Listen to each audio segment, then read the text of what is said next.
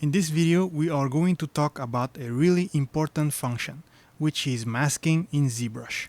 I've started a fresh Zbrush session and I'm going to load a tool by going on the tool menu and click on load tools. I'm going to use a hand blockout for this demonstration. You can download this blockout from my Patreon description link below this video. This is a simple stylized hand made with several polysphere. Alright, now let's start by drawing a simple mask. To make a mask, you have to press and hold the Control key. And now, as you see, our brush switched to a masking brush, just like the smooth brush. But instead of pressing the Shift key for smoothing, we have to press and hold the Control key for masking. I'm going to hold the Control key and then click and drag out this gray rectangle and let go to mask an area of the model. Now, if I take a brush and sculpt on the surface, the gray area won't be affected. It's pretty basic, and that's just the whole point of masking. Masking is a way of protecting an area from any change we might do with brushes or the gizmo, for example. If I press W for the gizmo and rotate or move around, you can see how the mask area won't be affected by the changes. Let's do it again. Press Ctrl, then click and drag out a mask. And now, if I want to position the mask, I can press and hold the spacebar at the same time while holding the Control key. Then I can drag and move the mask around. Let's say I want to mask this part.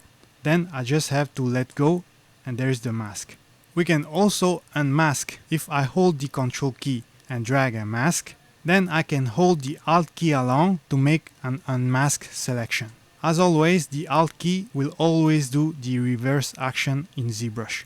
So again, if I press the Alt key while masking, it's going to make an unmasking command.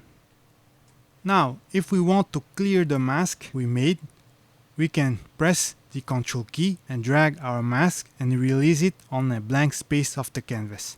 So again, Control drag and let go on the empty space of the canvas to clear the mask. Like I said in the beginning, the mask has its own library with its own type of masking brush. All of these brushes are all different ways of making a mask. We are using the mask pen by default. This mask brush allows us to pull a rectangle mask, but we can also draw a mask on the surface of our model. To draw a mask, we can simply hold the Control key and draw directly over the surface. If you take a closer look, the mask is drawn over the polygons. If you subdivide your model to get more polygons,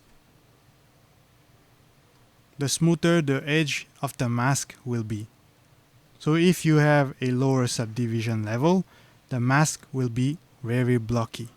If you want to erase some part of the mask, again, press the Alt key while using the mask brush. Control and drag on the empty canvas to clear the mask, or simply Ctrl Z undo to remove it. So far we have been using the mask pen. Let's select the mask Lasso. This brush allows us to make some freeform selection mask. We also have mask circle, which simply makes some perfect circle. We have more shapes available. Then we have this mask curve. If I hold the Control key and drag out a curve, then let it go, the mask will be made as a perfect straight line and on the shaded side of the curve. Now let's make another curve. We can bend this curve by pressing the Alt key once. This mask curve can only make a mask on one side. So if you try to make a loop, for example, Zbrush will be confused. Again, let's do another mask. And now we can make a corner by pressing the Alt key twice. So if you press the Alt key once, it will make a bend. If you double tap the Alt key, it will make a corner.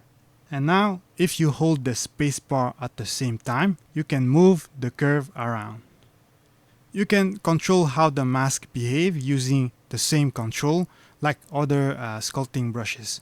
For instance, you can use different alpha.